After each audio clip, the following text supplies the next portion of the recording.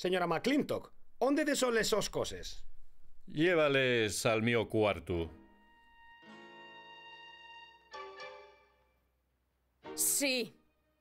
Pero ponles cosas del señor McClintock na otra habitación. Lo detrás de las escaleras sería la mellor para que non espierte a todo el mundo al llegar a casa. Quítalos. Xusto antes de amanecer. Sí, señora. Esculpen. Quítanlos os puros, señor McClintock. Soy la señora McClintock. Kay, quiero decir, Catherine. Y la cocinera. Y la mujer que guisa para nosotros. Señora Warren, señora McClintock. ¿Cómo está?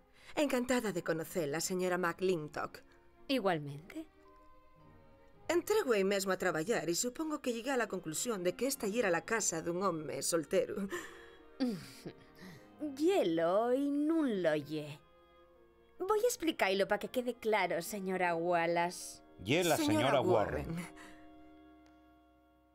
Señora Warren. Cuanta ya que lle la casa dun home soltero. Y volverá a serlo en cuanto yo me vaya. Que va a ser en cuanto yo griguarles cosas para llevar a la miofía al este conmigo. Verá, va a venir a casa de la escuela en unos días. Después dirémonos y usted podrá volver a portarse como considere apropiado en una casa de soltero. Kate. ¡Zarra el pico! Hasta entonces yo soy la señora de la casa. Y yo daré les órdenes. Oíste, Quiero el almuerzo en una non vas dicir nada, xefe. Non. Agua y té y tostaes.